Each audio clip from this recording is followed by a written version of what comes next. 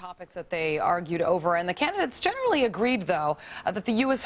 had to stay in Iraq to win the war on terror. But there was one major voice of dissent. Take a listen to Texas Congressman Ron Paul. Just come home. We just marched in. We can just come home.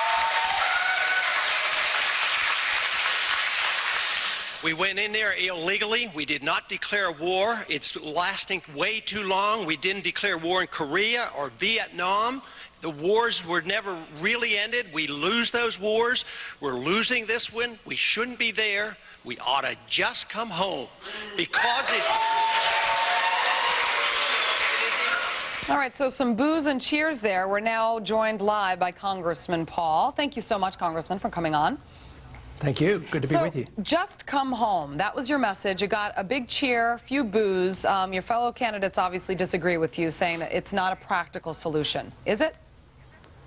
Well, it's not practical to stay. It wasn't practical to go in. It had nothing to do with our national defense. It had nothing to do with terrorism. There were no al-Qaeda there. They're over there now, so the longer we're there, the greater the number of al-Qaeda there are in Iraq. So it doesn't make any sense. It's very impractical. And I think the Constitution is practical, that we should, as a country, never go to war unless it's declared. And everybody should get behind it and go and win it. But since World War II, we have not declared war, and tragically, we haven't really won a war since then. So I would say that I have the practical answer, it's the legal answer, it's the constitutional answer, and quite frankly, it's really the Republican answer, because over the years, we as a Republican Party have benefited by taking that position of getting out of these messes. Just think of how we got out of Korea and Vietnam, and how President Bush won in 2000. He ran against the policy of Clinton. He argued for a humble foreign policy and against nation building. So it makes a lot of sense to me. It's very practical for us to save our men, bring them home, stop the tragedies that are happening, and the sooner we do it, the better. Okay, but then what happens if we do leave? We're there. We've been there for a long time. A, what message does it send to the terrorists, the al-Qaeda terrorists who attacked us on 9/11? And B, what happens to Iraq if we leave? Well, the one thing is since the al-Qaeda is enhanced by us being there and they grow, this will be a message that they won't be able to use us as the reason. You know, the very people who said this would be a slam dunk operation are telling us it'll be a tragedy. So why are they right and the ones of us who oppose the war are wrong?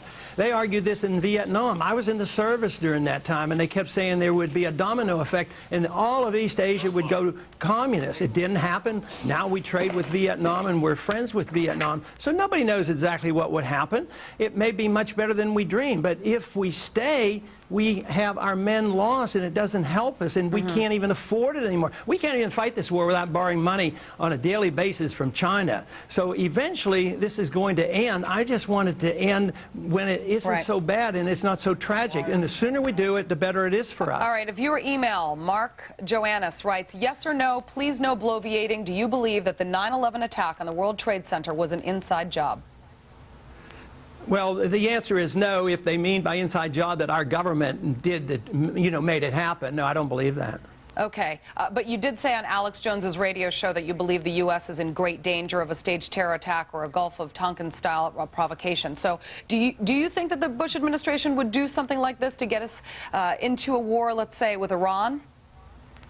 No, I don't, but I talk about that because, you know, the Gulf of Tonkin was an episode that was used to get us into war. If an accident happens over there and it's blamed, let's say Osama bin Laden stages something and he blames it on Iran, this will be an excuse for us to expand the war in Iran.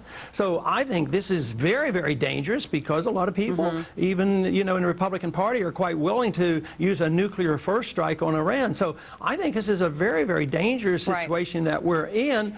So no, I don't think President Bush is planning this, but I think 9/11 was certainly used as a reason to go into Iraq, and Iraq did not have weapons, and it had nothing to do with 9/11. So they use events, they don't stage the event, but they use it to do the things that they had already planned, and the Iraqi war has been planned for a long time. Okay, Alex Jones, though, as you know, and I know that you don't believe there's a conspiracy theory, he does believe that the Bush administration is behind the horrible events of 9/11. I have an interesting question for you regarding why you associate yourself with this guy. So I want your answer after we come back. So viewers, stick around. Thanks for all the emails. We've got much, much more with the congressman in a minute.